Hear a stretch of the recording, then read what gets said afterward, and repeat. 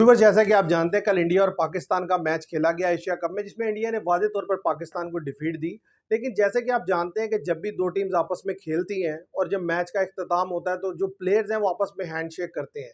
लेकिन यहाँ पर जो इंडियन टीम है उसने जो है हैंडशेक करने से इनकार किया और उसके बाद जो सूर्या कुमार यादव ने प्रेस कॉन्फ्रेंस की, उसमें भी उन्होंने काफ़ी जो है पॉलिटिकल रेफरेंसेस दिए।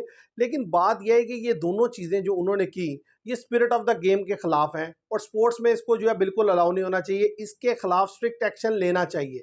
लेकिन क्या स्ट्रिक्ट एक्शन होगा, ये मुझे नहीं लगता, क्योंकि उसकी वजह यह है कि नो डाउट कि इस वक्त जो एशियन क्रिकेट काउंसिल के जो चेयरमैन हैं वो मोहसिन नकवी हैं।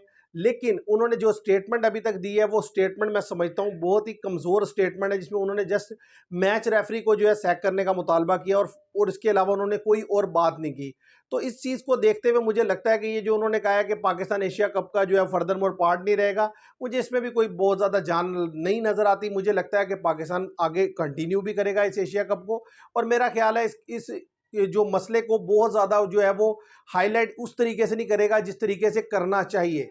और बात यह है कि अगर कोई ये समझता है कि इसके ऊपर कोई बहुत बड़ा एक्शन हो जाएगा या कोई मेजर डिसीजन लिया जाएगा, तो ऐसा कुछ भी नहीं होने वाला।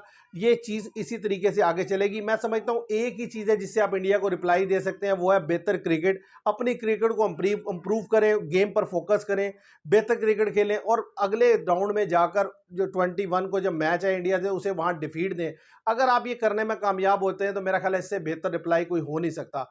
अब व्यूअर्स, हम बात करेंगे जो कल मैच खेला जाना है अफगानिस्तान वर्सेस बांग्लादेश। बड़ा इंपॉर्टेंट मैच है क्योंकि श्रीलंका इस ग्रुप से क्वालिफाई कर गया है और कल का जो मैच है ये डिसाइड करेगा कि क्या अफगानिस्तान क्वालिफाई करता है या बांग्लादेश की होप अलाइव रहती है। क्योंकि बांग्लादेश अगर अफगानिस्तान को बीट करने में कामयाब हो जाता है तो फिर यह है कि दोनों के पास चांस रहेगा कि दोनों में से कोई भी टीम जो है आगे क्वालिफाई कर सकती है। और अगर कल अफगानिस्तान जीत जाता है तो क्योंकि अफगानिस्तान अपना दूसरा मैच जीतेगा तो अफगानिस्तान क्वालिफाई कर जाएगा। और अगर दोनों टीम्स की प्लेइंग 11 को हम देखें तो जो बांग्लादेश ने प्लेइंग 11 खिलाई थी पिछले मैच में श्रीलंका के खिलाफ, मैं नहीं समझता उसके अंदर कोई बहुत ज़्यादा चेंज होने वाली है। वही लड़के टॉप ऑफ द ऑर्डर खेलेंगे। सिर्फ एक चेंज मुझे समझ आती है, वो ये है कि तस्कीन अहमद डेफिनेटली जो है शरफुल इस्लाम की जगह वापस आते हुए मुझे दिखाई देते हैं। उसके अलावा जो है बांग्लादेश अपनी प्लेइंग 11 सेम रखेगा।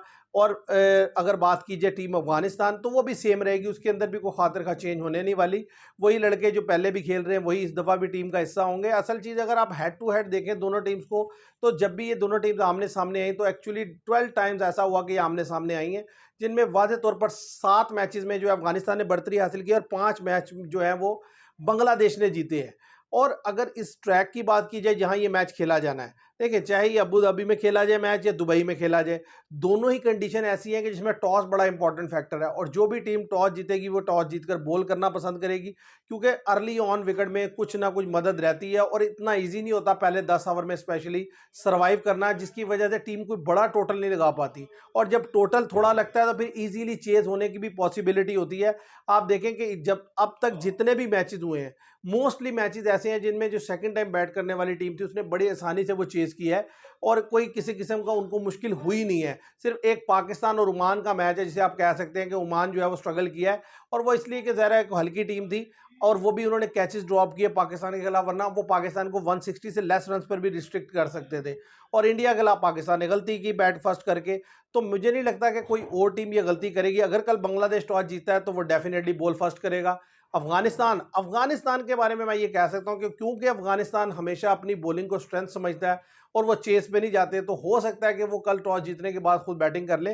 लेकिन अगर वो ऐसा करते हैं तो मैं समझता हूँ कि ये भी एक बैड डिसीजन होगा, ऐसे ही जैसे पाकिस्तान ने डिसीजन लिया था, क्योंकि आप इतना रन नहीं कर पाएंगे जिसको आपकी बॉलिंग डिफेंड कर सके। फिर बांग्लादेश के जीतने के चांसेस 60% हो जाएंगे अगर बांग्लादेश जो है पहले बॉलिंग कर लेता है, क्योंकि बॉलिंग जो है बांग्लादेश की हल्की नहीं है। और खासतौर पे फास्ट बॉलिंग की अगर बात की जाए तो मुस्तफिजुर रहमान है, वो तंजीम हसन है, और इसके साथ साथ जब तस्कीन अहमद होंगे और स्पिनर में मेहदी हसन है, रिशाद हुसैन है, तो एक अच्छा कॉम्बिनेशन है उनके पास बॉलिंग का।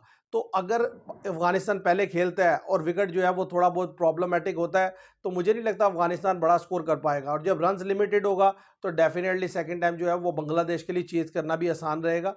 तो इसलिए कल का मैच बड़ा क्रूशल है। जो टीम जीतेगी उसकी होप अलाइव रहेगी।